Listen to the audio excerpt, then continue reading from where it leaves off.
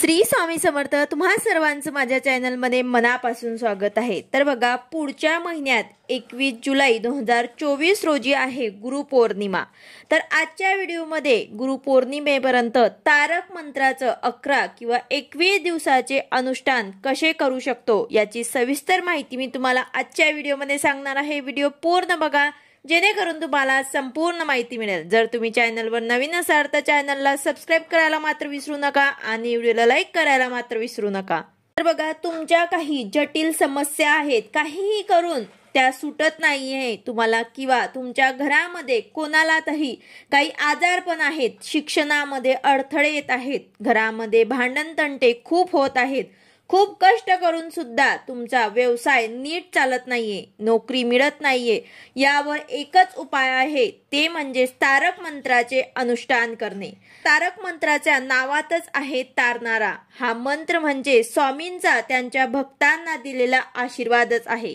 या मंत्रामध्ये प्रचंड ताकद आहे। तर आजच्या व्हिडिओमध्ये आपण तारक मंत्रांचं संकल्पयुक्त सेवा कशी करायची आहे, त्याचबरोबर नियम काय आहेत ते बघूया।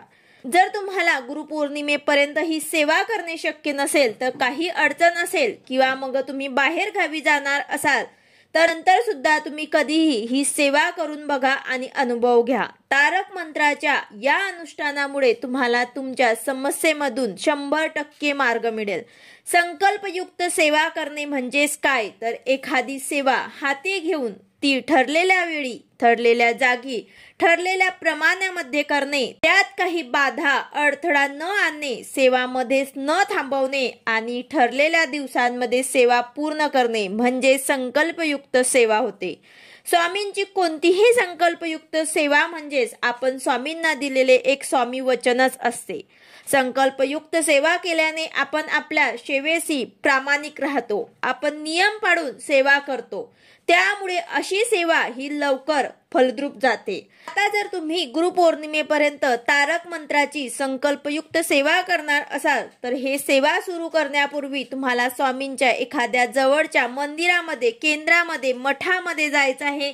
एक नारळ, खडी साखर, फुलं घेऊन जायचं आहे आणि तिथे अर्पण करून स्वामींना आपल्या सेवेबद्दल सांगून 11 किंवा मग तुम्ही 21 दिवसांचे जे तुम्हाला संकल्प घ्यायचा आहे, जे अनुष्ठान तुम्हाला करायचं आहे, किती दिवसाचं तुम्हाला करायचं आहे, 11 किंवा मग 21 दिवसाचं करायचं आहे, ते तुम्हाला तिथे बोलायचं आहे।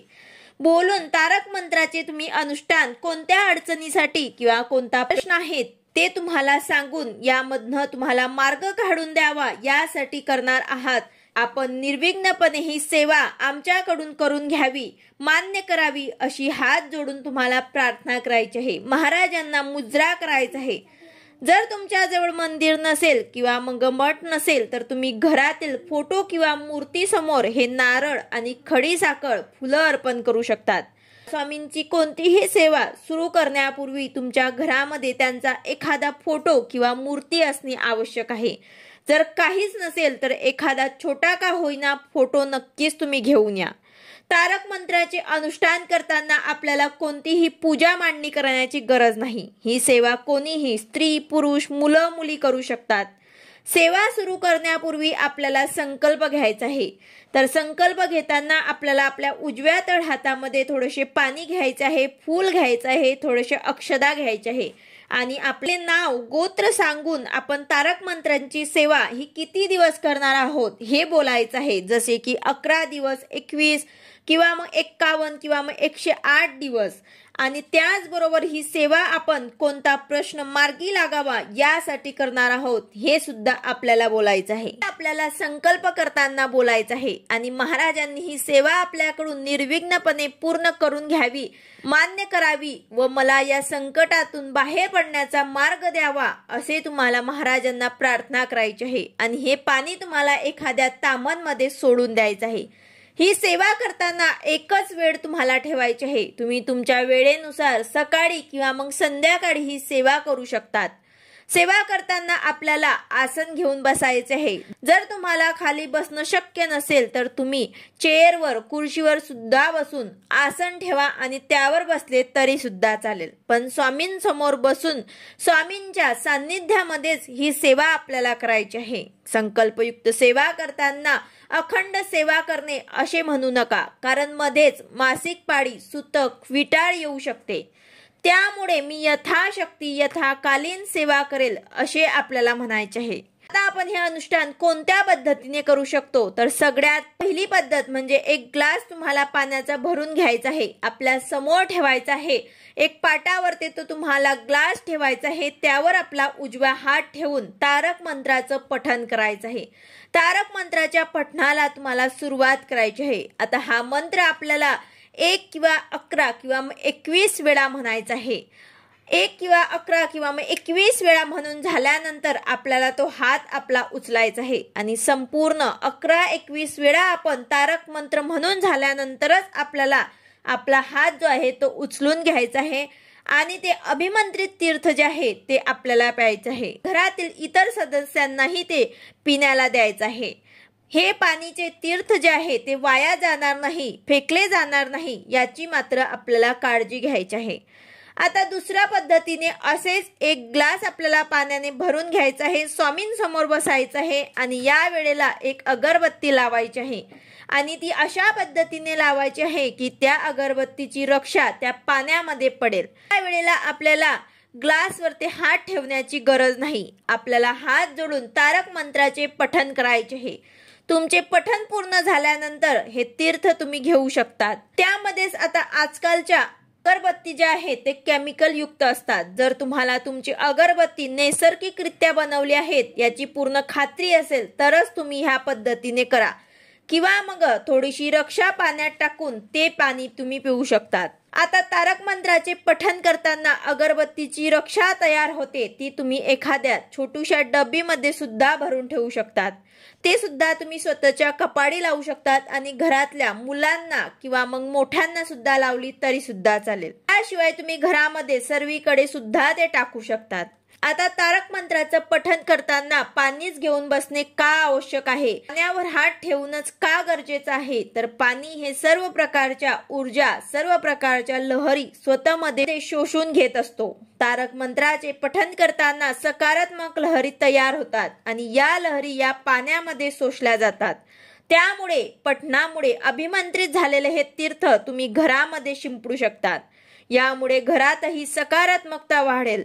याशिवाय तारक मंत्र म्हणत असताना मंत्रावर संपूर्ण लक्ष केंद्र करायचं आहे। मी दुःखामधनं, अडचणीमधून बाहेर आलेलो आहोत असा विचार आपल्याला करायचा आहे। अशी सकारात्मकता पाण्यामध्ये उतरल्यामुळे, असे पाणी पिल्याने आपल्याला ही सकारात्मकता मिळत असते। आता जर तुमचं तारक मंत्र पाठ नसेल तर तुम्ही गुगलवरती किंवा मग युट्यूबवरती लावून सुद्धा बोलू शकतात। आता या अनुष्ठानाचे नियम काय आहेत, तर बघा, महाराजांनी आपल्याला कधीही हे सांगितले नाही की तू हा नियम पाळूनच सेवा कर, असेच कर तसेच कर, पण नियम पाळण्याने आपण आपल्या सेवेमध्ये प्रामाणिक राहतो, पण आपल्या सेवेशी स्वामींची एकनिष्ठ राहू शकतो। म्हणूनच कोणतीही सेवा नियम पाळूनच करायची।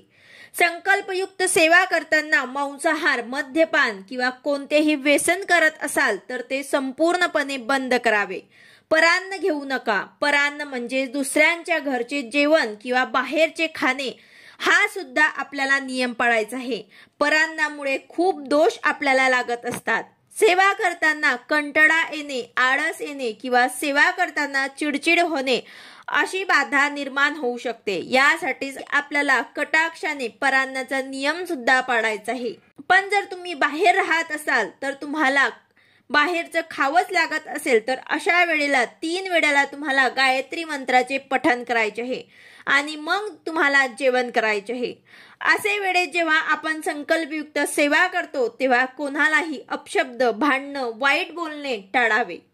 तारक मंत्राचे काही खास असे उद्यापन विधी नसते, पण तुमची जर काही इच्छा असेल तर तुम्ही तुमचे अनुष्ठान पूर्ण झाल्यानंतर तुम्ही स्वामींच्या नावाने एखाद्या गरजू लोकांना, ब्राह्मणांना अन्नदान करू शकतात।